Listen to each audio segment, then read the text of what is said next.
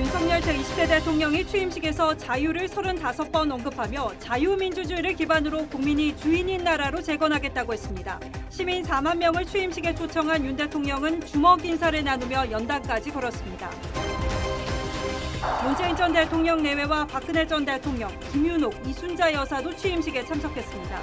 권양숙 여사는 건강상의 이유로 불참했습니다. 취임식을 마친 윤 대통령은 용산 주민과 인사를 나누며 용산시대 개막을 알렸습니다. 1호 안건으로는 국회에 제출할 한덕수 국무총리 후보자 임명동의안에 서명했습니다. 74년 만에 개방된 청와대엔 오늘 하루만 2만 6천 명이 찾았습니다. 경내와 북악산 등산로 직접 둘러봤습니다. 문재인 전 대통령은 사저가 있는 경남 양산 평산마을에 도착했습니다.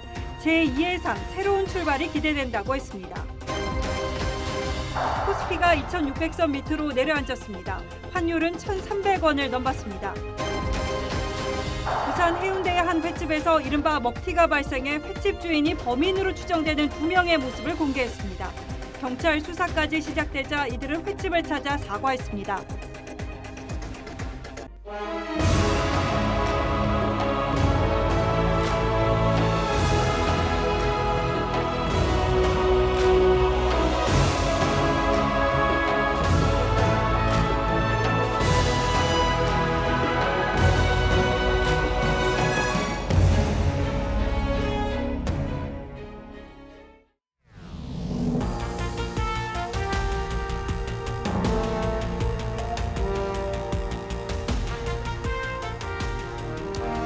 시청자 여러분 안녕하십니까? 뉴스9의 신동욱입니다.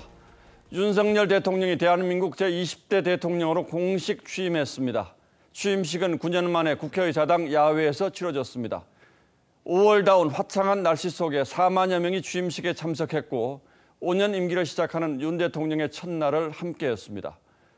윤석열 대통령은 다시 도약하는 대한민국, 함께 잘 사는 국민의 나라를 만들겠다고 약속했는데 이 약속이 반드시 지켜지길 바라는 마음, 저도 시청자 여러분도 다르지 않을 겁니다. 오늘 윤석열 대통령 취임 첫날 특집으로 꾸민 뉴스9은 김복은 기자의 리포트로 시작하겠습니다. 3, 2, 1 33번 보신각 종소리가 제20대 대통령의 임기 시작을 알립니다. 같은 시각 용산 대통령실 지하 벙커에선 군 통수권이 윤석열 대통령에게 이양됐습니다. 2022년 5월 10일 0010으로 국군 통수권이 대통령님께 이양되었습니다. 임기 첫날을 시작하는 윤 대통령을 처음으로 맞이한 건 같은 아파트 주민들이었습니다. 할아버지가 좋은 나라 만들 거예요. 열심히 노력할게.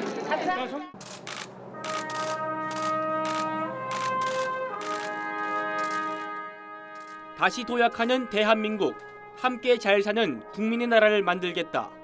현충원 참배를 마친 윤 대통령이 방명록에 적은 다짐입니다.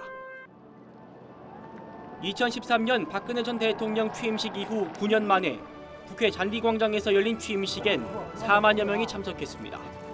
대통령으로서의 직책을 성실히 수행할 것을 국민 앞에 엄숙히 선서합니다. 대통령 윤석열.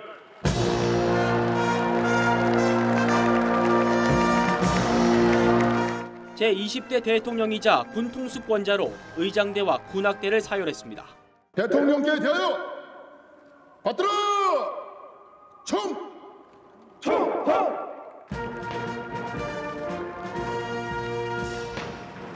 군은 국가 원수에 대한 경의의 표시로 21발의 예포를 발사했고 윤 대통령은 거수경례로 화답했습니다. 1시간 동안의 취임식을 마친 윤 대통령은 청와대가 아닌 용산 집무실로 향했습니다. 74년 청와대 시대는 역사의 뒤안길로 사라졌고 용산 시대가 막을 올렸습니다. TV조선 김복원입니다. 아시는 것처럼 대통령의 취임사는 취임 일성이기도 하고 앞으로 5년간의 국정 운영 구상을 압축적으로 보여주는 시금석이기도 합니다. 어제도 전해드렸습니다만 윤석열 대통령은 남이 쓴 내용을 대부분 물리고 본인이 직접 취임사를 썼다고 합니다. 윤 대통령은 취임 일성으로 자유민주주의를 기반으로 국민이 진정한 주인인 나라를 재건하겠다면서 이게 시대적 소명이라고 강조했습니다. 또 지난 5년 사이에 골이 깊어진 양극화 문제와 사회 갈등도 해결하겠다고 약속했습니다. 3,440자 취임사에 담긴 국정의 청사진은 이채림 기자가 먼저 전하겠습니다. 윤석열 대통령은 취임사 첫 마디부터 자신의 시대적 소명이 국민이 진정한 주인인 나라 재건이라고 선언했습니다. 자유민주주의와 시장경제 체제를 기반으로 국민이 진정한 주인인 나라로 재건하고 윤 대통령은 전염병과 기후변화, 에너지 위기 등이 인류의 어두운 그림자를 드리우고 있지만 민주주의의 위기로 정치가 제 기능을 못하면서 문제 해결이 어려워졌다고 진단했습니다. 하지만 우리 국민은 위기를 극복할 수 있다고 확신한다면서 그러기 위해선 자유라는 보편적 가치를 공유하는 게 무엇보다 중요하다고 강조했습니다. 자유로운 정치적 권리, 자유로운 시장이 숨쉬고 있던 것은 언제나 번영과 풍요가 꽃피었습니다. 다만 자유는 승자 독식이 아니라며 양극화와 사회 갈등을 치유해야 한다고 했습니다. 그 해법으론 도약과 빠른 성장을 제시했습니다. 성장 과정에서 많은 국민들이 새로운 기회를 찾을 수 있고 사회 이동성을 제거함으로써 양극화와 갈등의 근원을 제거할 수. 윤 대통령은 국내 문제와 국제 문제를 분리할 수 없다며 자유와 인권을 지키고 확대하는데 대한민국이 더 주도적인 역할을 해야 한다고 했습니다. TV조선 이채리입니다. 윤 대통령은 취임사에서 자유라는 단어를 35번 언급했습니다. 대통령으로서 가장 중요하게 생각하는 가치라는 뜻이죠. 그리고 이건 문재인 전 대통령 시대와 윤석열 대통령의 시대를 가르는 가장 중요한 차이이기도 합니다. 자유를 최우선 가치로 그리고 국민의 자유를 눈앞에 직면한 국내외 모든 문제를 해결하는 출발점으로 삼겠다는 뜻입니다. 다소 어렵게도 들립니다만 취임사 전체를 찬찬히 뜯어보시면 대통령이 무슨 말을 하고 싶은지 이해할 수 있습니다. 장영욱 기자가 안내하겠습니다. 이번 취임사의 핵심 키워드는 자유였습니다. 자유시민, 자유민주주의처럼 자유가 총 35번이나 등장했습니다. 이어 시민과 국민이 15회씩, 세계와 평화가 각각 13번, 12번 등장했습니다. 반면 통합, 소통, 협치 등 역대 대통령들이 취임사에서 약속하고도 지키지 못했던 말들은 한 차례도 나오지 않았습니다. 윤 대통령은 자유를 안보, 경제, 민주주의의 복합적 위기의 해법으로 제시했습니다. 자유민주주의는 평화를 만들어내고 평화는 자유를 지켜줍니다. 지난해 6월 대권 도전을 선언하며 윤 대통령은 문재인 정부에서 자유민주주의와 법치가 무너졌다고 지적했습니다. 자유가 빠진 민주주의는 진짜 민주주의가 아니고 독재요 전제입니다. 윤 대통령이 규정한 자유는 정부의 권력 한계를 그어주는 것인데 5년 임기의 정부가 국가의 미래를 좌우할 소득 주도 성장, 탈원전, 부동산 정책 등을 일방통행식으로 밀어붙이는 건 이 자유에 반한다는 문제의식입니다. 윤 대통령은 이른바 반지성주의도 민주주의를 위기에 빠뜨린 원인으로 꼽았습니다. 다수의 힘으로 상대의 의견을 억압하는 반지성주의가 민주주의를 위기에 빠뜨리고 반지성주의는 집단적 갈등으로 진실을 왜곡하고 각자 보고 싶은 사실만을 선택하는 것이라고 정의했습니다. 학계와 시민단체, 국제사회 등의 우려에도 거대 의석으로 민주당이 밀어붙인 검수완박, 임대차 3법 등이 이에 해당한다는 분석입니다. TV조선 장용욱입니다. 관심을 모았던 대북 메시지는 선거 때보다는 좀 유연해졌습니다. 북핵 문제 해결을 위해서 대화의 문을 열어놓겠다면서 대규모 지원 가능성도 열어뒀습니다. 다만 비핵화 쇼라는 비판을 받았던 지난 정부와는 달리 실질적인 비핵화를 전제 조건으로 달았습니다. 윤 대통령의 대북 메시지는 윤동빈 기자가 분석했습니다. 윤석열 대통령은 북한의 핵 개발이 세계 평화를 위협한다며 그 해법으로 대화를 강조했습니다. 북한의 핵 개발에 대해서도 그 평화적 해결을 위해 대화의 문을 열어놓겠습니다. 문재인 정부가 쓰던 한반도 비핵화 용어 대신 북한 비핵화라고 명시해 책임의 주체도 명확히 했습니다. 북한의 비핵화는 한반도에 지속 가능한 평화를 가져올 뿐 아니라 그러면서도 북한이 실질적 비핵화에 나서면 북한 경제와 주민의 삶을 개선할 수 있는 담대한 지원을 하겠다고 했습니다. 북한이 핵 개발을 중단하고 실질적인 비핵화로 전환한다면 담대한 계획을 준비하겠습니다. 실질적 비핵화에 대해 윤 대통령은 언론 인터뷰 등에서 우라늄 농축 중단, IAEA 사찰단 복귀, 핵실험 중지 선언 등을 꼽아왔습니다. 오는 20일 바이든 미 대통령 방한을 앞두고 미국 주도의 우크라이나 지원 협력 의지도 드러냈습니다. 모든 세계 시민이 자유 시민으로서 연대하여 도와야 하는 것입니다. 북한의 7차 핵실험이 임박한 상황에서 윤 대통령은 남북 정상회담과 큰 폭의 경제 지원 가능성을 언급하며 김정은 위원장을 향해 대화에 복귀하라는 신호를 지속적으로 보내고 있습니다. TV조선 윤동빈입니다. 예, 지금부터는 4만 명 넘는 사람들이 국회 앞 잔디광장을 가득 메운 취임식 현장으로 여러분을 안내하겠습니다. 역대 대통령 취임식 가운데 가장 많은 사람들이 초대됐다고 하는데 대부분은 유명 인사나 연예인이 아닌 일반 국민이었습니다. 윤 대통령은 취임식장 입구에서 연단까지 200m 가까운 거리를 걸어가며 직접 소통했습니다. 오늘 취임식 형식에 담긴 의미는 한송원 기자가 풀어서 설명하겠습니다.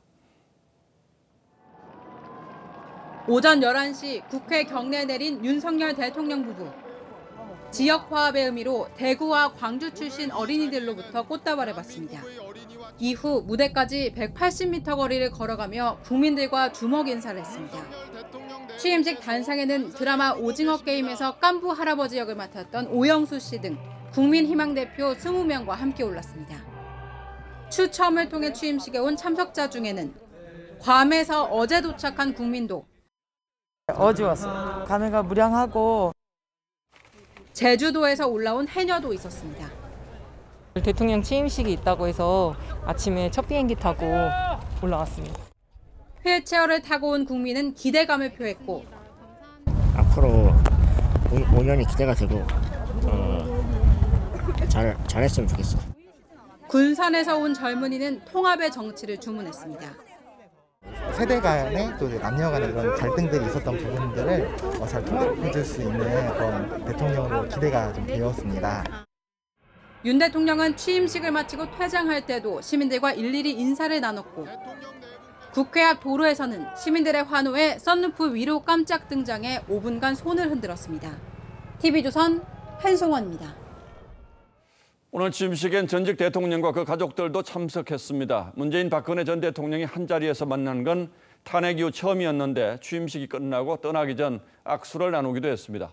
고 노무현 전 대통령 부인 권양숙 여사는 건강을 이유로 불참했습니다. 보도에 이광희 기자입니다. 일찌감치 취임식장에 도착한 박근혜 전 대통령이 단상 맨 앞줄에 앉습니다. 박병석 국회의장이 찾아와 한참 이야기를 나누고 노태우 전 대통령 장남 노재원 변호사, 장녀 노소영 아트센터 나비 관장 등도 안부를 물으며 허리 숙여 인사하고 갑니다. 박 전 대통령은 상징인 올림머리에 보랏빛 재킷을 입었고 윤 대통령 바로 뒤편에 앉아 여러 차례 크게 박수를 쳤습니다. 국정농단 수사팀장이었던 윤 대통령은 지난달 대구 사저를 찾아 박 전 대통령에게 면목 없고 죄송했다고 했고 박 전 대통령은 건강을 회복해 꼭 취임식에 참석하겠다고 화답했었습니다. 인간적인 안타까움과 또 마음속으로 갖고 있는 제 또 미안한 마음 그런 것도 말씀드렸고 취임식 이후엔 윤 대통령은 문 전 대통령 부부를, 김건희 여사가 박 전 대통령을 각각 배웅했고 오늘 취임식엔 수감 중인 이명박 전 대통령의 부인 김윤옥 여사와 고 김영삼 전 대통령 차남 김현철 YS 민주센터 상임이사 등 전직 대통령 유족들도 함께했습니다. 다만 고 노무현 전 대통령의 부인 권양숙 여사는 건강상 장거리 이동이 어렵다는 이유로 불참했습니다. TV조선 이광희입니다.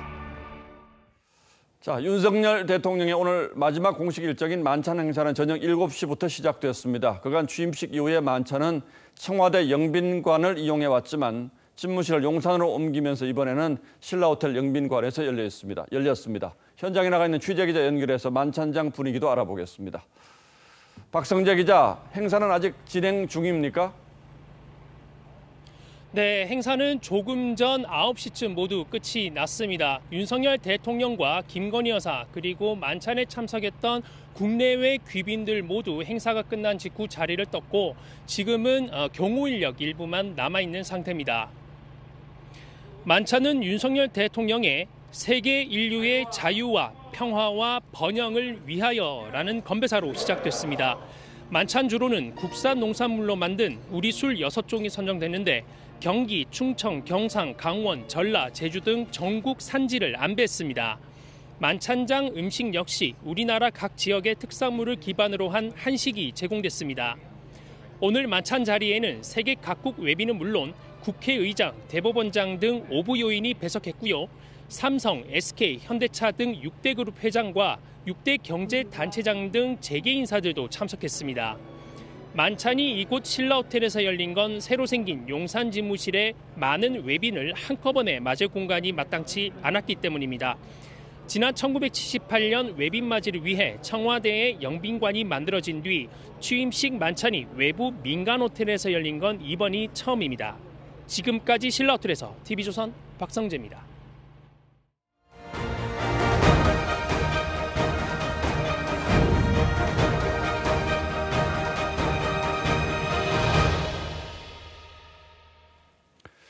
윤석열 대통령 취임과 함께 대통령 집무실 용산 시대도 본격적으로 막을 올렸습니다. 그리고 74년 권부의 심장이었던 청와대는 국민들의 것으로 돌아갔습니다.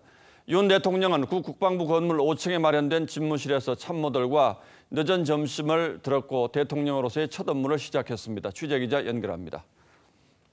홍현주 기자. 네, 용산 대통령 집무실에 나와 있습니다. 자, 이제 모든 것이 바뀌게 될 텐데 대통령의 첫 업무는 언제부터 시작됐습니까?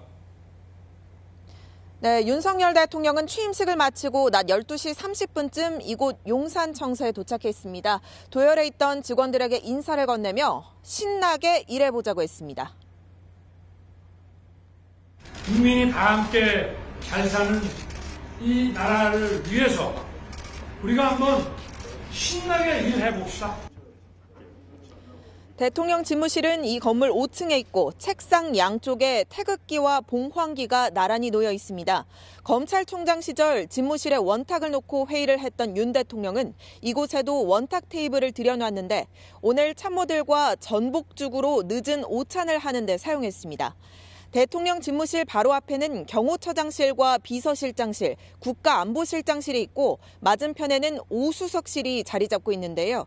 대통령실 관계자는 미국 대통령이 백악관에서 참모들의 방에 수시로 드나들며 대화를 나누는 것처럼 참모들과 격의 없이 현안을 논의하기 위한 구조라고 설명했습니다. 예, 집무실을 옮긴 가장 큰 의미는 특권을 좀 내려놓고 소통 강화하겠다 이런 뜻 같은데 홍 기자가 실제로 가보니까 어떻습니까? 기자실도 대통령 집무실과 같은 건물에 있는 거죠? 예, 맞습니다. 다만 기자들이 1층 외에 다른 층으로 이동을 할 수는 없는데요. 다만 윤 대통령이 이 청사를 들어가고 나갈 때 로비에서 지켜볼 수는 있는 구조입니다. 기존 청와대에서는 청와대 본관 자체에 기자들이 들어갈 수가 없었는데 확연히 좀 다른 구조라고 할 수 있겠습니다. 정식 브리핑룸은 한 달은 지나야 문을 열 예정이어서 현재는 임시 브리핑룸만 마련된 상황입니다. 리모델링을 마치면 1층 기자실 바로 위층인 2층이 대통령의 주 집무실이 될 예정입니다. 용산에서 TV조선 홍현주입니다. 예, 홍현주 기자도 수고했습니다. 윤석열 대통령은 취임 첫날인 오늘 주요국 외교사절단을 미국, 일본, 싱가포르, 중국 순으로 접견했습니다. 미국과는 한미동맹을 그리고 일본과는 관계 개선을 심도 있게 이야기했는데 이 일정에는 윤석열 정부 5년의 외교 구상도 함께 담겼다고 합니다. 이채현 기자가 분석해드리겠습니다. 용산 대통령실을 찾은 첫 번째 해외 손님은 미국 카멀라 해리스 부통령의 남편인 더글러스 M. 호프 단장. 화기애애한 분위기 속에 윤석열 대통령에게 축하 인사를 전합니다. congratulate you on this beautiful new office. And it was very inspiring. 한미 동맹을 기반으로 그동안 산업화와 민주화를 달성했습니다. 열흘 뒤 방한할 바이든 대통령의 친서도 전달했습니다. 두 번째로 집무실에 들어온 건 하야시 요시마사 일본 외무상입니다. 장관님 반갑습니다. 기시다 후미오 일본 총리는 하야시 외무상을 통해 보낸 친서에서 양국 간 현안의 본질적인 해결, 한일 간 장애를 제거하자며 국내 강제징용 판결을 언급했습니다. 중국 시진핑 국가주석은 최측근인 왕치산 국가부주석을 특사로 보내 윤 대통령에게 중국을 방문해달라고 요청했습니다.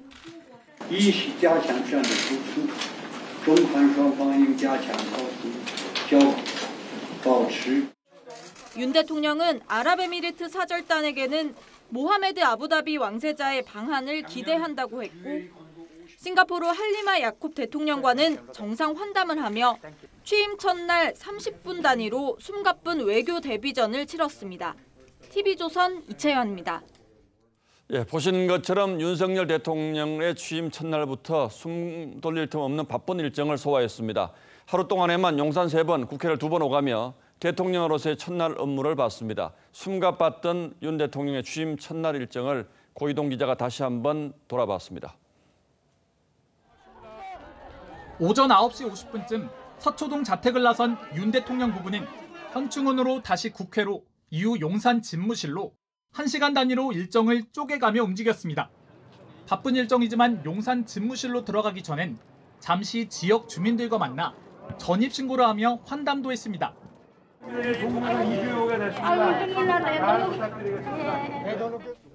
용산 집무실에서 외교 사절단들을 연이어 만난 뒤엔 다시 김건희 여사와 함께 국회로 이동했습니다.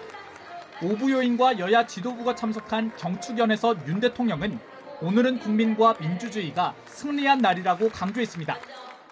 저 윤석열이라는 개인의 정치적 승리의 날도 아니고 제가 몸담고 있는 국민의힘이라는 그 정당의 승리의 날도 아닙니다. 민주당이 한덕수 총리 후보자 인준을 해주지 않으면서 취임식과 경축연은 김부겸 국무총리가 계속 곁을 지켰습니다. 그 바람에 실수로 웃음이 터져나오기도 했습니다. 문재인 정부가 이제 한민족의 역사를 한 단계 더 도약시키기를 제가 이게 문재인 정부 총리가 되다 보니까 다시 용산 집무실 복귀 후 신라호텔 내외빈 만찬까지 윤 대통령이 오늘 하루 용산만 3번, 국회를 2번 오가며 이동한 거리는 총 42km입니다. TV조선 고이동입니다.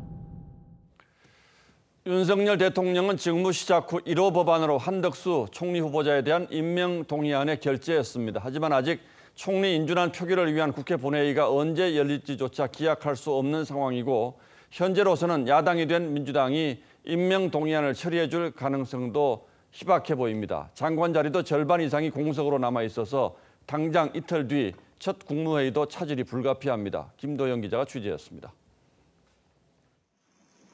참모들이 지켜보는 가운데 윤석열 대통령이 첫 법안에 서명합니다. 한덕수 국무총리 후보자에 대한 국회의 인준 표결을 요청하는 임명 동의안입니다.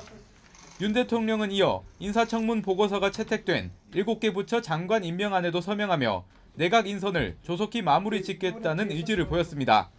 하지만 총리 후보자 국회 인준을 받기 위한 본회의 일정도 아직 잡히지 않았고 본회의가 열린다고 해도 여소야대 전국에서 재적의원 절반 이상의 찬성표를 얻어야 하는 과제가 남아있습니다. 이해 충돌이라든지 정관 예우라든지 도덕적인 관념이나 책임감 이런 것들이 전혀 없다라는 걸. 12일로 예정된 첫 국무회의도 차질이 빚어질 수 있습니다. 전체 절반이 넘는 11개 부처 장관이 아직 공석인데 개의를 위해선 국무위원 15명 이상이 필요합니다. 이 때문에 윤 대통령이 지난 9일 국회의 청문 보고서 재송부를 요청했던 장관 후보자 5명에 대한 임명을 강행하고 그래도 부족한 인원은 문재인 정부 장관들로 채우는 방안이 거론됩니다. 다만 장관 임명을 할 경우 거대 야당이 총리 인준에 반대할 명분으로 삼을 가능성도 있습니다. TV조선 김도영입니다. 예, 지금부터는 윤석열 대통령의 취임 첫날과 취임사에 담긴 의미 속으로 한 발 더 깊숙이 들어가 보겠습니다. 어제까지는 야당 반장이었지만 오늘부터는 용산 대통령실을 출입하는 저희 TV조선의 1호 기자 김정우 기자가 지금 스튜디오에 나와 있습니다. 자, 어서 오십시오. 예, 김 기자가 어제 바로 이 자리에 나와서 취임사의 핵심이 자유의 가치에 대한 재발견이 될 거다, 이제 이렇게 얘기를 했는데 오늘 취임사 들어보니까 실제로 그렇게 되긴 했어요. 네, 방금 보도 나온 대로 그 핵심 키워드는 자유였고요. 그리고 자유는 승자 독식이 아니라 유린된 사람을 돕고 그리고 국제적으로 연대한다, 이런 내용도 포함이 되었습니다. 자, 이런 내용이 포함됐는데 그렇다면 자유란 키워드가 어떻게 해서 등장하게 된 건지, 이게 단순히 등장 횟수만 볼 게 아니라 취임사 전체를 관통하는 의미, 이걸 좀 살펴볼 필요가 있겠군요. 일단 뭐 취임사 구성 자체가 상당히 독특합니다. 예. 이게 이제 현안을 쭉 나열하는 게 아니라 수미상관으로 쭉 이어지는데요. 예. 우선 시작 자체가 굉장히 글로벌하죠. 전 세계 여러 난제를 정치로 해결해야 하는데 민주주의 위기 때문에 안 되고 있고 가장 큰 원인이 바로 반지성주의라고 한 겁니다. 예. 이 반지성주의를 해결하기 위해선 보편적 가치인 자유와 이를 위한 연대가 필요하다는 게 이번 취임사의 핵심 얼개라고 볼 수 있습니다. 자, 그리고 반지성주의라는 말도 최근 들어서는 국내에서 그렇게 많이 들었던 얘기는 아닌 것 같은데, 자, 이걸 두고도 여러 가지 해석이 나오더군요. 네, 우선 반지성주의, 이게 그 수십 년 전에 미국에서 나온 개념입니다. 그래서 그 메카시즘이나 파시즘으로 주로 연결되던 건데 근래 들어서 이제 트럼피즘이라 불리는 현상이 다시 나오면서 다시 떠올랐습니다. 예. 이 반지성주의를 타파하는 게 시대적 소명과 과제라는 게 윤 대통령의 인식인데요. 그럼 이게 국제사회를 향한 메시지냐? 또 제가 어제도 말씀드렸지만 이 세계 이슈를 말하면서 국내를 조망한다, 이게 바로 핵심 관계자의 설명이었습니다. 자, 명시적으로 이제 얘기하지는 않았지만 김 기자 분석으로는 이 반지성주의가 지난 5년 문재인 정부 동안에 만들어졌고 또 지난 5년 동안 자유가 후퇴했다, 이게 지금 대통령의 생각이다, 이제 이렇게 봐도 됩니까, 그럼? 네, 일단 그 민주당에선 그 윤 대통령이 지목한 반지성주의가 무엇을 지칭하는지 모르겠다, 이런 논평이 나왔습니다. 예. 하지만 윤 대통령이 문재인 정부에서 벌어졌던 그런 비상식적인 상황에 대한 국민적 심판 성격으로 등장한 그 성격이 강하기 때문에 자연스럽게 반지성주의는 문재인 정부 5년으로 연결될 수밖에 없습니다. 예. 집단적 갈등에 의한 진실 왜곡, 그리고 다수의 힘으로 상대 억압, 이런 말들이 문재인 정부가 강하게 밀어붙인 뭐 탈원전 정책, 그리고 임대차 3법, 최근 검수완박 등을 겨냥했다, 이런 분석이 나오는 겁니다. 예, 글로벌 이슈라는 표현을 쓰긴 했는데 어쨌든 이게 현실에서만 인용한 개념들이 아니고 학문적 영역에서 나온 표현들도 상당히 많이 나온 것 같아요. 예, 우선 그 취임사 중에 자유민주주의는 평화를 만들어내고 평화는 자유를 지켜준다, 이건 임마누엘 칸트의 영구 평화론과 좀 상통하는 내용입니다. 예. 민주주의가 확실하게 발달한 국가 간엔 전쟁을 하지 않는다, 이런 주장이죠.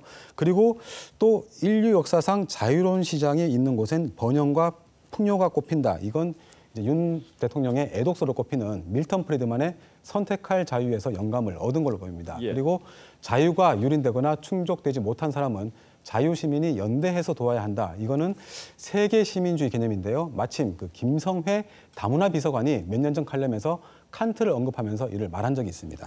자, 어쨌든 앞으로 5년 동안 이 윤석열 정부에서 나오는 정책들을 보면 이런 오늘 대통령이 취임사에서 얘기한 자유라든지 뭐 반지성주의를 획파한다라든지 뭐 이런 부분들을 염두에 두고 정책들을 보면 좀 이해할 수 있는 측면들이 있겠군요. 예, 그렇습니다. 자, 그건 그렇고 김 기자, 지난 정부 때도 이제 청와대를 출입을 했는데 오늘 용산 대통령실에 가봤죠. 예. 확실히 좀 차이가 납니까? 예, 우선 뭐 아직 지금 곳곳에서 공사 중이라서 상당히 어수선하긴 했는데요. 그 대통령과 한 건물에 근무한다는 게 정말 큰 차이로 다가왔습니다. 그렇겠죠. 그 일정을 보면 대충 동선이 파악이 되기 때문에 로비에 서 있으면 멀찍이 오가는 모습을 볼 수 있었고요. 마침 또 참모진들도 수시로 마주칠 수가 있었습니다. 기존 청와대는 춘추관이라는 곳이 완전히 분리가 됐기 때문에 이런 게 원천 봉쇄된 상태였는데 적어도 언론과는 거리가 크게 좁아졌다고 볼 수 있습니다. 여기다가 조만간 출근길에 좀 질문하고 답하는 모습도 가능하지 않을까 기대를 하고 있습니다. 뭐 예를 들어 미국이라든지 일본의 경우를 보면 이제 수시로 대통령들하고 기자들이 질문을 주고받는 이런 장면들이 등장하는데 이제 우리도 그런 모습 아직 어떻게 할 건지 구체적인 방법이 나온 건 아니지만 그럴 가능성이 이제 있는 거죠. 이제 이렇게 되면. 예, 충분히 있다고 볼 수 있습니다. 예, 알겠습니다. 자, 김정우 기자 수고했습니다.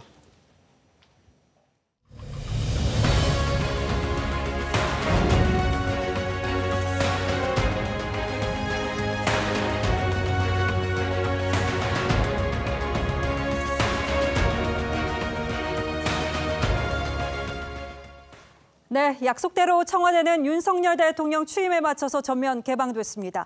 74년 만에 청와대가 국민 품으로 돌아온 건데 오늘 하루 시민 2만 6천 명이 청와대에서 봄을 즐겼습니다. 현장에 나가 있는 황선영 기자에게 분위기 어땠는지 물어보죠. 황 기자, 네, 오늘 관람은 일단 끝났죠?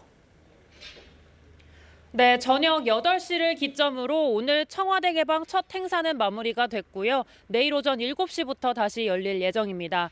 제가 지금 서 있는 이곳 청와대 정문 바로 앞은 예전 같았으면 경호가 굉장히 삼엄하고 촬영조차 불가능했을 텐데요. 지금은 보시다시피 통행이 자유로워졌습니다. 저도 이곳에서 하루 종일 시민들과 함께 했는데요. 권력자들만의 공간으로 생각했던 청와대의 깊숙한 곳곳을 둘러본 시민들은 신기함과 즐거움을 감추지 못했습니다. 직접 들어보시죠. 그 빨간 레드카페에 있던 본관이 TV에서 항상 이제 외부 인사들 만나는 공간이었는데 대통령님이 실제 계셨던 공간인데 거기를 보게 돼서 되게 신기했던. 윤석열 아저씨가 대통령이 돼서 청와대를 개봉해서 좋아요. 잔디밭을 뛰어다녀서 시원하고 좋았어요. 오전 11시 40분, 74년 만에 개방을 상징하는 국민대표 74명이 청와대에 첫 발을 디뎠습니다. 본관 앞 대정원과 녹지원 등에선 축하 공연과 전통놀이, 국가 경사를 축하하던 왕실 경호원 의식 등 다채로운 행사도 열렸습니다. 관람객들은 TV 속에서만 보던 상춘제와 영빈관 등을 둘러보며 청와대의 봄을 만끽했습니다. 다만 각 건물 내부는 정비가 아직 진행 중이라 추후 관람이 가능해질 전망입니다. 이에 앞서 오전 7시부터는 청와대 뒷길 등산로도 완전히 개방됐습니다. 오늘은 2만 6천 명이 관람했고 내일부터는 2시간 단위로 6,500명씩 사전 예약을 통해 하루 3만 9천 명이 관람할 예정입니다. 청와대에서 TV조선 황선영입니다.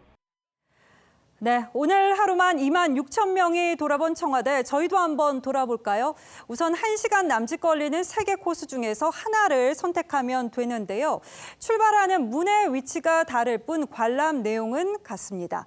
정문에서 출발해서 상춘제와 역대 대통령이 지냈던 관저를 이제 지나게 되면은 청와대 본관과 영빈관을 만나게 되고 왕의 어머니를 기리는 칠궁도 볼 수가 있게 됩니다. 또 다른 경로는 청와대 동쪽 춘추문에서 시작해서 서쪽 영빈문으로 나오는 코스와 또 반대로 영빈문에서 시작을 해서 이제 춘추문으로 나오는 코스입니다. 자, 그럼 저와 경로를 익히셨으니까 실제 어떤 모습인지는 이태희 기자가 직접 설명드리겠습니다. 이곳 영빈관에서 시작해 청와대를 50분간 관람하는 코스를 돌아보겠습니다. 저와 함께 가보시죠. 익숙한 푸른 기와 건물 앞, 넓은 잔디밭이 사진 찍기 가장 좋은 곳입니다. 조금 더 가면 수궁터에서 아픈 역사와도 마주할 수 있습니다. 천하에서 가장 복받은 땅이란 표시가 있죠. 조선시대 왕궁을 지키던 수궁이 있던 자리입니다. 일제시대엔 조선총독 관사를 지었고 이후 옛 대통령 집무실이 있던 곳입니다. 관저 옆으로 등산로를 따라가면 흥선대원군이 세운 오운정이 보입니다. 자연 풍광이 신선세계 같다고 해 오색구름을 뜻하는 이름이 붙었습니다. 원래 못 왔었는데 구경하니까 너무 좋아하고 신기해하고 저도 신기하고요. 교육 차원에서라도 청와대란 이것을 손주들한테 가르쳐주고.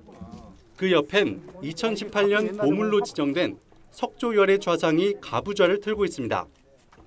9세기 통일신라 시대 때 만들어졌는데 잘생겨서 미남불이라고도 불립니다. 상춘제를 지나 쭉 내려가면 가족 단위 관람객이 즐길 거리가 많습니다. 청와대에서 가장 아름다운 곳으로 꼽히는 녹지원입니다. 매년 봄 어린이날 행사 등이 열렸던 곳인데 앞으로도 이렇게 다양한 문화 행사가 열리게 됩니다. 춘추관 기자실이 마지막 코스입니다. 본관에서 워낙 뚝 떨어진 곳에 있어 이곳에 근무하면서도 청와대를 다 둘러보지 못한 출입 기자들이 꽤 있습니다. TV조선 이태희입니다. 국민 품으로 돌아온 건 청와대뿐만이 아닙니다. 1968년 김신조 사건 이후 출입이 막혔던 북악산 등산로도 54년 만에 개방됐는데요. 시민들은 청와대뿐 아니라 서울 전경이 한눈에 들어온다면서 감탄했습니다. 전정원 기자가 다녀왔습니다. 청와대 춘추관. 큰 북이 3번 울리자 시민들이 등산길에 오릅니다. 북왕에 열어갈!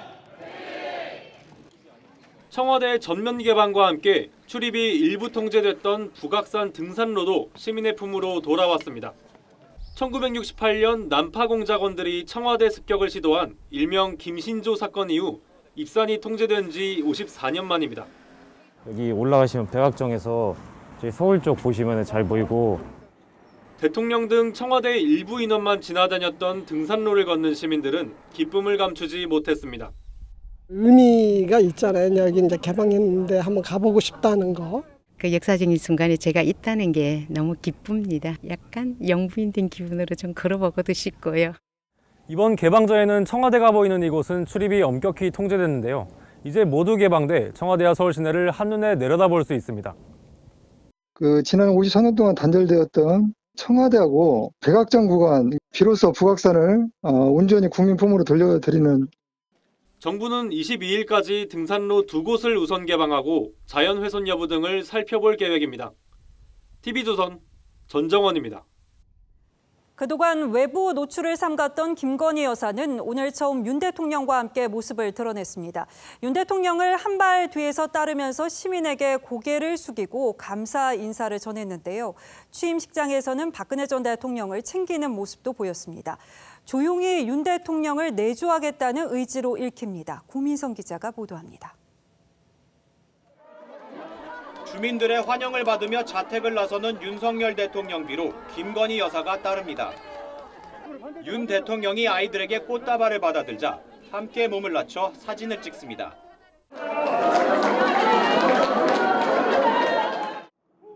윤 대통령과 현충원에 함께 참배하며 대통령 부인으로서의 공식 일정을 시작했습니다. 위아래 검은색 정장은 잠시 뒤 취임식장에선 새하얀 차림으로 바뀌었습니다. 김 여사는 윤 대통령의 한 발짝 뒤를 따르며 고개를 숙이거나 주먹 인사를 나누며 취임식 참석자들에게 감사를 표했고, 김정숙 여사에게는 90도로 허리를 숙여가며 4차례 인사했습니다. 취임식이 끝난 뒤엔 노소영 아트센터 나비관장 등 전직 대통령 가족들과 짤막한 대화를 나누기도 했고, 윤 대통령이 문 전 대통령을 환송하는 동안엔 잠시 떨어져서 거동이 불편한 박근혜 전 대통령을 따로 챙겨 배웅했습니다. 용산 주민들과 만나선 어르신들의 손을 잡으며 감사하다고 인사했고, 아유, 우리 하나 또 사진 찍어달라고 그러려고 했는데. 여기 쓰시죠. 제가 저하고 제 처가 뒤에 쓰겠습니다. 청사 어린이집 아이들과 함께 손으로 하트를 그리며 기념사진을 찍기도 했습니다. 둘, 셋, 화이팅! 김 여사는 자신이 대표로 있는 전시기획사는 폐업이나 휴업하고 부부 동반 공식 일정 외엔 조용한 내조에 전념할 것으로 알려졌습니다. TV조선 구민성입니다. 윤 대통령이 취임식 뒤에 가장 먼저 찾은 곳은 용산 어르신들이 계신 곳이었습니다. 이제 이웃이 됐다면서 이주 신고를 한 건데, 인근 식당과 상점은 집무실 이전 첫날부터 북적여서 다가올 용산 시대에 대한 기대를 드러냈습니다. 시위와 교통체증을 우려하는 목소리도 적지 않습니다. 정준영 기자가 용산 주민을 만났습니다. 점심시간이 지났지만 생선구이 식당 앞엔 길게 줄이 늘어섰습니다. 손님을 맞고 음식을 나르느라 직원은 눈코 뜰 새 없습니다. 몇 분이세요? 인근 국밥집도 손님이 가득 찼습니다. 대통령 집무실이 용산으로 이전된 첫날, 인근 식당 상인은 평소보다 매출이 늘었다고 반깁니다. 여기 오시게 되면 일이 좀 많이 올 것 같아요. 오늘도 좀 많았죠. 대통령이 이웃에 온다는 것만으로도 기대감을 드러냅니다. 저는 용산의 역사가 새로 썼다고 생각되고요. 대통령이 오셨으니까. 하지만 교통체증과 각종 집회를 걱정하는 목소리도 나옵니다. 경찰은 청와대와 광화문에 몰렸던 각종 집회가 앞으로는 용산 대통령 집무실 주변으로 집중될 것으로 보고 관할경찰서 상주 경력을 60여 명 늘렸습니다. 삼각지가 사실 교통이 좀 불편하고 또 차량이 많이 몰리는 곳인데 교통통제라든지 이런 것 때문에 조금 심한 것 같습니다. 기대 반 우려 반, 대통령 용산 시대는 막이 올랐습니다. TV조선 정준영입니다. 문재인 전 대통령은 사저가 있는 경남 양산으로 향했습니다. 서울역에는 지지자 1000여 명이 몰려서 사저로 향하는 문 대통령 부부를 환송했고, 양산에 도착한 문 전 대통령은 자신을 해방된 자유인이라고 표현하기도 했습니다. 오늘 하루 문 전 대통령과 함께한 최지원 기자가 지금 양산 사저 앞에 나가 있습니다. 자, 최지원 기자. 네, 문재인 전 대통령 사저 앞입니다. 네, 낮에 보니까요, 사저 주변에 지지자들이 꽤 많던데 지금은 어떻습니까? 네, 지금은 아무래도 밤 9시를 훌쩍 넘긴 시간이기 때문에 지지자들은 모두 돌아가고 다소 한산해진 분위기입니다. 문 전 대통령 부부가 청와대를 떠나 첫날 밤을 보내는 이곳 경남 양산 사저에는 보시는 것처럼 건물 내외부를 비추는 불빛만 켜져 있는 상황입니다. 문 전 대통령은 사저로 들어가기 전에 마을 회관에 들러 퇴임 소회도 밝혔습니다. 제2의 삶, 새로운 출발, 저는 정말 기대가 많이 됩니다. 저는 이제 완전히 해방되었습니다. 자유인입니다. 주민 50여 명을 사저 안으로 초대하기도 했는데 경로당도 찾고 이웃들과도 잘 어울리겠다고 말한 것으로 알려졌습니다. 사저 주변엔 이른 아침부터 문 전 대통령을 보려는 시민과 지지자 2000여 명이 몰렸는데요. 반면 반문단체 수십여 명이 한쪽에서 문 전 대통령을 비판하는 시위를 벌이기도 했습니다. 네, 문 전 대통령 취임식에 참석한 뒤로는 이 열차로 이동을 하기도 했죠. 귀향 모습은 어땠습니까? 네, 문 전 대통령 부부는 오늘날 서울역을 떠나 KTX를 타고 이곳 양산 사저에 도착할 때까지 모두 세 차례 지지자들의 환송을 받았습니다. 특히 서울역에선 청와대 전현직 참모들과 민주당 의원들 또 1000여 명의 지지자들이 파란 풍선을 들고 환호하는 모습도 보였는데요. 문 전 대통령은 이 자리에서 시골에 간다고 너무 서운해 말라, 마음만은 자유롭게 훨훨 날겠다, 이런 말도 했습니다. 몸은 얽매일지 모르지만 마음만은, 정신만은 훨훨 자유롭게 날겠습니다. 문 전 대통령은 평당원이 됐다며 민주당원들에게 편지도 남겼는데 지금은 우리 당이 어렵지만 당원들이 힘을 모아 다시 힘차게 도약하리라 믿는다고 썼습니다. 경남 양산에서 TV조선 최지원입니다. 예, 다음 뉴스입니다. 새 대통령이 취임한 첫날 금융시장은 최악의 하루를 보냈습니다. 글로벌 금융시장이 인플레 우려를 넘어서 경기 침체 공포에 급격히 휩싸이면서 미국 증시가 곤두박질 쳤고 그 영향으로 국내 증시도 연중 최저치로 추락했습니다. 김연아 기자가 보도합니다. 경기 침체의 공포로 엿새째 떨어진 코스피. 4.3% 떨어진 나스닥을 비롯해 급락세를 이어간 미 증시 영향에 심리적 저지선인 2600선마저 내줬습니다. 우크라이나 사태에다 중국 봉쇄까지 겹치면서 고물가와 긴축에 따른 경기 침체의 공포가 갈수록 세계 경제를 강타하고 있다는 분석입니다. 고강도 통화 긴축이 일어났을 때 경기 침체의 발생 가능성은 대단히 높아진다고, 2500선 근처까지 주가가 떨어질 위험성까지도. 지난해 유동성의 힘으로 6만 9천 달러까지 올랐던 비트코인도 3만 달러 초반까지 떨어져 반토막이 났습니다. 시장에선 그동안 겪어보지 못한 자산시장 추락이 올 거란 암울한 전망까지 나옵니다. 투자자들은 이러지도 저러지도 못한 채 발만 구르고 있습니다. 수익률이 엄청 많이 깨지고 있습니다. 거의 15%에서 20% 정도가 떨어진 걸로 보입니다. 저도 그냥 코인을 팔아버렸습니다. 많이 어렵다고들 얘기해요. 곡소리 나고 있죠. 인플레와 경기 둔화에 대한 우려가 날로 커져가는 가운데 금융시장마저 요동치면서 새 정부의 고민도 깊어질 것으로 보입니다. TV조선 김예나입니다. 윤석열 정부가 오늘 출범과 함께 다주택자 양도세 중과를 1년간 중단하고 실수요자인 일시적 2주택자의 세금 혜택도 확대했습니다. 그런데 문재인 정부가 강화해 놓은 일부 규정은 아직 그대로여서 실효성이 의문스럽다는 지적도 있습니다. 왜 그런 지적들이 나오는지 자세한 내용은 지선호 기자가 알려드리겠습니다. 문재인 정부는 투기를 차단한다면서 실수요자인 일시적 2주택자의 양도세 비과세 요건도 계속 강화했습니다. 2018년 규제 지역에서 기존 주택을 3년이 아닌 2년 안에 팔아야 비과세를 받을 수 있도록 했고, 2019년에는 실거주 조건과 함께 이 기준을 다시 1년으로 줄였습니다. 새 정부는 오늘부터 이 기간을 다시 2년으로 되돌렸습니다.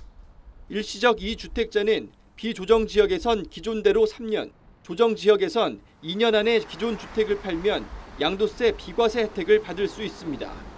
세대원 전원이 전입을 해야 된다, 이런 요건 등이 있기 때문에 이런 부분에 관해서도 저는 개정이 필요하다, 이렇게 생각을 합니다. 하지만 다른 세금 중과 규정은 바뀌지 않아 실효성이 없다는 분석입니다. 일시적 2주택자가 기존 주택을 1년이 지난 후에 팔면 취득세를 무겁게 내는 규정, 또 주택담보대출을 받아 새 집을 샀을 경우 6개월 이내에 전입해야 한다는 규정 등은 여전히 그대로입니다. 거래가 워낙 침체되어 있는 상황이기 때문에 취득세라든지 대출 규제도 양도세에 맞춰서 손질을 할 필요가 있습니다. 새 정부는 최종 1주택자가 된 날로부터 보유 기간을 다시 산정하는 규정도 혼란만 가중시킨다는 지적에 따라 오늘부터 폐지했습니다. TV조선 지선호입니다. 어제 시작한 한동훈 법무장관 후보자의 인사청문회가 오늘 새벽에야 끝이 났습니다. 무려 17시간 동안 설전이 이어졌지만 민주당은 주목할 만한 새로운 의혹을 내놓지 못했고 오히려 어이없는 실수만 부각됐습니다. 때문에 청문회 최대 승자는 한동훈 후보자라는 말이 나왔고 민주당은 청문 보고서 채택을 거부했습니다. 황정민 기자가 취재했습니다. 민주당은 한동훈 후보자가 정치적 중립을 지킬지 의문이라고 공세를 폈고 한 후보자는 이를 하나하나 반박했습니다. 윤석열 식구라고 하는 그 라인에 대한 수사나 감찰이나 이러한 거 일치 안 된다는 겁니다. 살아있는 권력에 대한 수사가 제일 안 된 것은 지난 3년입니다. 지금 검찰 일부에서는요, 한동훈 후보를 정치검사로 규정을 하고 조국 수사 그냥 한번 눈 감았으면 계속 꽃길이었을 텐데요. 언제 정치검사의 정의가 바뀌었는지 저는 되묻고 싶습니다. 국민의힘은 문재인 정부 법무장관이 조국, 추미애, 박범계로 이어지며 정권 수사검사를 좌천시키지 않았냐고 반박했습니다. 증인으로 나온 김경률 회계사와 민주당 의원들 간의 설전도 벌어졌습니다. 대장동의 주범은 윤석열이다, 이런 뜬금없는 말도 안 되는 이야기들을 짓거립니다. 짓거린다가 뭐예요? 짓거린다가 저런 식으로 증인을 불러잖아요. 그러면 이제 이 상임위장이 돼요. 하지만 송곳 검증을 예고했던 민주당의 한방은 없었습니다. 되레 내용 없이 호통만 치거나 잘 새기겠습니다. 뭐라고요? 잘 새기겠습니다. 비꼬는 겁니까? 제가 황당한 질문이 이어지면서 준비가 덜 됐다는 지적이 나왔습니다. 이 논문을 일저자로 썼습니다. 이모하고 같이. 누구와 같이 썼다고요? 이모하고요. 이모. 제 딸이요? 그렇습니다. 내 딸이 이모 썼어요. TV조선 황정민입니다. 전 세계 어린이 8명을 숨지게 한 소아 급성 간염 의심 사례가 국내에서도 발생했습니다. 10세 미만인 이 아동은 코로나에도 감염된 걸로 확인이 돼서 소아 급성 간염과 코로나가 혹여 연관성이 있는 건 아닌지 우려도 나옵니다. 박상준 기자가 보도합니다. 급성 간염에 걸린 미국의 2살짜리 아이입니다. 단순 감기인 줄 알았는데 황달과 고열이 악화됐습니다. Darkening of the urine, it's like very, very dark yellow. The poop almost looks white. 간 기능도 망가져 간 이식 수술을 해야 합니다. 급성 간염에 걸린 전 세계 아동은 237명, 이 가운데 8명이 숨졌습니다. 신종 아데노바이러스가 원인으로 추정되지만 정확한 감염 경로는 밝혀지지 않았습니다. 주로 복통과 설사 뒤 황달 증세를 보이는데 미국에선 환자의 90%가 입원하고 14%가 간 이식을 받은 걸로 집계됩니다. 국내에서도 소아 급성 간염이 의심되는 10세 미만 아동이 지난 1일 확인됐습니다. 복통과 구토, 발열에다 간 수치도 증가했습니다. 해당 아동이 코로나에 확진됐다는 점도 우려를 더합니다. 질환이 흔하게 나타나는 것은 아니고 코로나19와도 그렇게 큰 관련성은 높지 않은 것으로 보입니다. 소아 급성 간염과 관련해 정부는 16세 이하를 상대로 감시 체계를 가동했습니다. TV조선 박상준입니다. 식당에서 음식을 먹은 뒤 계산하지 않고 사라지는 이른바 먹튀가 계속되고 있습니다. 이번에는 부산 해운대의 한 횟집에서 벌어졌는데 화가 난 피해 업주가 살해금을 내걸고 범인으로 추정되는 이들의 얼굴을 공개했습니다. 경찰 수사까지 시작되자 이들은 결국 자수했습니다. 김동영 기자입니다. 남성 손님 2명이 횟집에서 나와 태연하게 걸어갑니다. 지난 6일 오후 8시 반쯤 부산 해운대의 한 횟집에서 손님 2명이 음식값 48,000원을 내지 않고 사라졌습니다. 횟집 업주는 일명 먹튀를 한 남성 2명을 인터넷 커뮤니티에 공개 수배하고 현상금까지 내걸었습니다.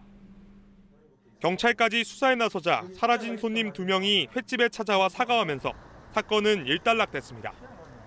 자영업자들은 최근 이런 먹튀 손님들이 자주 등장한다면서 하소연을 합니다. 먹튀가 굉장히 많습니다. 후진국형 범죄 아닙니까? 이런 부분은.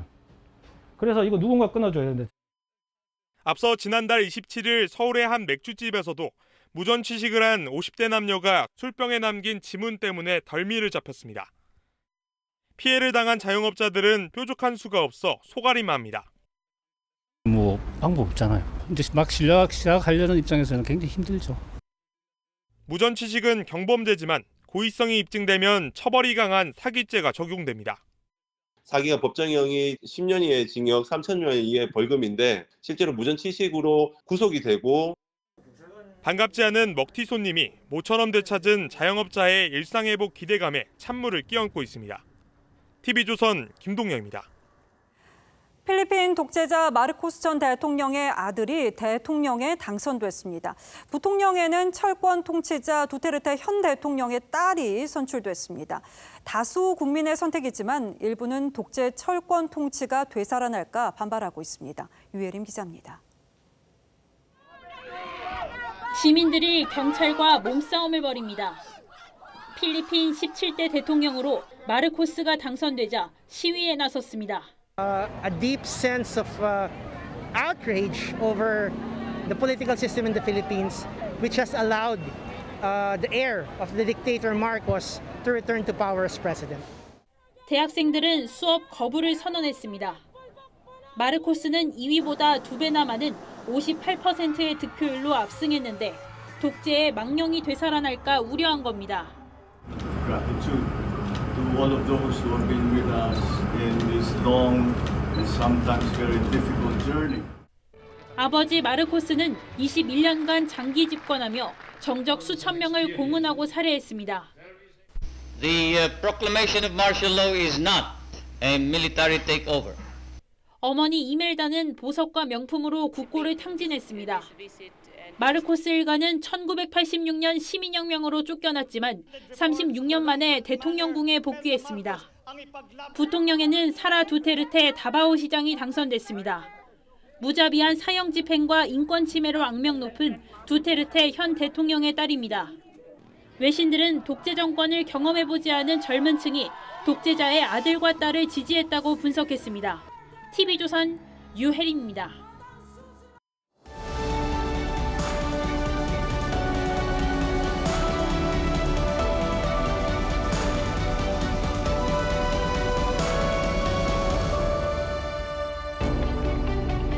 강화 읍내 언덕에 이렇게 한옥이 올라앉아 있습니다.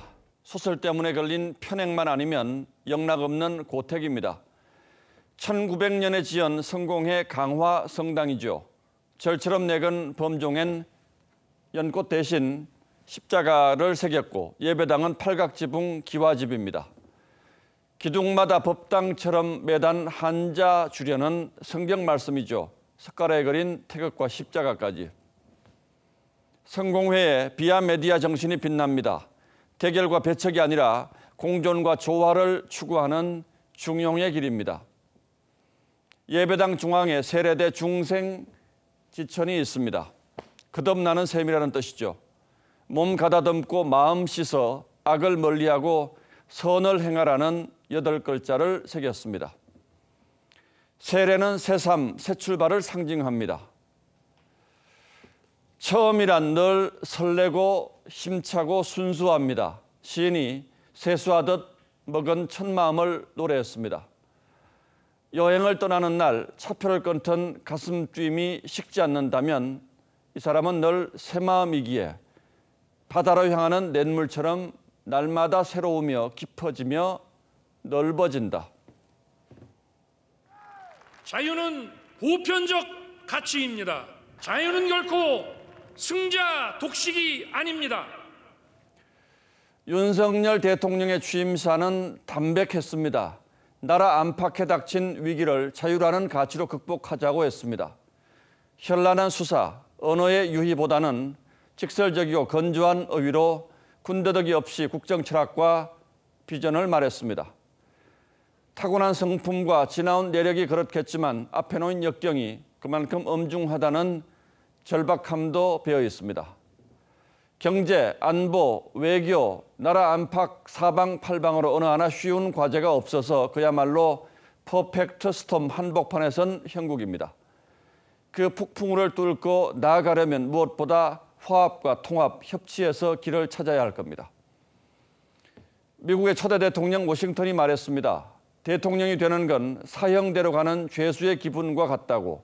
잭슨은 대통령이 고급 노예라고 했고 태프트는 세상에서 가장 고독한 자리라고 했습니다. 김영삼 전 대통령도 살아보니 청와대가 적막강산 감옥이더라고 했습니다. 김대중 대통령은 매일 거울을 보며 당신은 아플 자유도 없다고 되뇌었다고 했죠. 대통령이 된다는 건 이렇듯 외롭고 험한 고행의 길을 가는 겁니다. 그리고 대통령이란 집무실에 들어서면서부터 떠나는 순간 내 모습을 생각해야 하는 자리죠. 윤석열 대통령이 5년 뒤 진심 어린 국민의 박수를 받으며 떠나려면 꼭 가야 할 길이 있습니다. 누군가의 대통령이 아니라 모두의 대통령이 되는 겁니다. 오늘 약속했듯 국민이 진정한 주인인 나라를 재건하는 것입니다. 5월 10일 앵커의 시선은 첫마음이었습니다.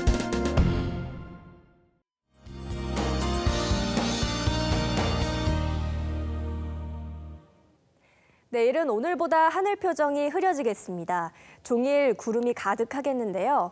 낮더위와 큰 일교차는 여전하겠습니다. 내일 서울은 15도에서 출발해 최고 기온이 24도까지 오르면서 아침과 낮의 기온차가 10도 가까이 벌어지겠고요. 대구는 일교차가 더 크겠습니다. 최저 기온 13도에서 시작해 한낮에는 26도까지 오르겠습니다. 이렇게 기온이 크게 오르는데도 공기는 깨끗함을 유지하겠습니다. 외출하기 무난할 것으로 보이고요. 전남 남부와 제주도에는 새벽까지 비가 조금 내리겠습니다. 당분간 기온이 좀 들쑥날쑥하겠는데요. 모레는 서울의 낮 기온이 27도까지 치솟겠고요. 주말에는 21도 안팎으로 떨어지겠습니다. 날씨였습니다. 5월 10일 화요일 뉴스9은 여기서 모두 마치겠습니다. 시청해주신 여러분 고맙습니다.